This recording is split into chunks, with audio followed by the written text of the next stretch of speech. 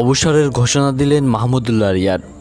সর্বশেষ টি-20 বিশ্বকাপ থেকে আলোচনায় ছিলেন মাহমুদুল্লাহ রিয়াদ। অভিজ্ঞ এই টাইগার ক্রিকেটারের ব্যাটিংটা ঠিক টি-20 সুলভ নয় বলেও কম সমালোচনা হচ্ছিল না, যে কারণে ভারতের বিপক্ষে চলমান সিরিজের দলে তাকে দেখেও অনেকেই অবাক হয়েছিলেন। এরই মধ্যে শোনা যাচ্ছিল ভারত সিরিজেই সংক্ষিপ্ত সংস্করণের ক্রিকেটকে বিদায় বলে দিবেন।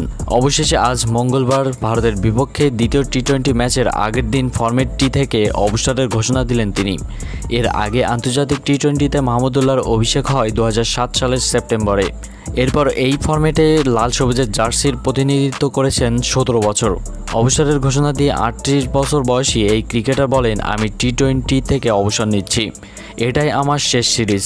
আসলে এখানে আসার আগেই সিদ্ধান্তটা নিয়েছিলাম, কোচ ক্যাপ্টেন সবাই জানতো। আমার মনে হয় এই সিদ্ধান্ত নেওয়ার এটাই সঠিক সময়। পরের বিশ্বকাপের জন্য এখনই বাংলাদেশের প্রস্তুতি শুরু করা উচিত। আন্তর্জাতিক টি-20তে এখন পর্যন্ত 139টি ম্যাচ খেলেছেন মাহমুদুল্লাহ রিয়াদ, যেখানে 850 সঙ্গে 23.48 গড় এবং প্রায় 118 স্ট্রাইক রেটে তিনি 2395 রান করেছেন।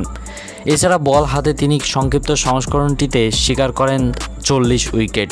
আগামীকাল অর্থাৎ বুধবার দিল্লির অরুণ জেটলি স্টেডিয়ামে ভারতের বিপক্ষে সিরিজের দ্বিতীয় টি-20 খেলবে বাংলাদেশ।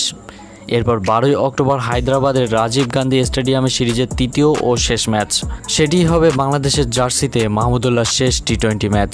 এর আগে 2021 সালের জুলাইয়ে জিম্বাবুয়ে সফরে আচমকা টেস্ট ক্রিকেট থেকে অবসর নিয়েছিলেন মাহমুদুল্লাহ রিয়াদ।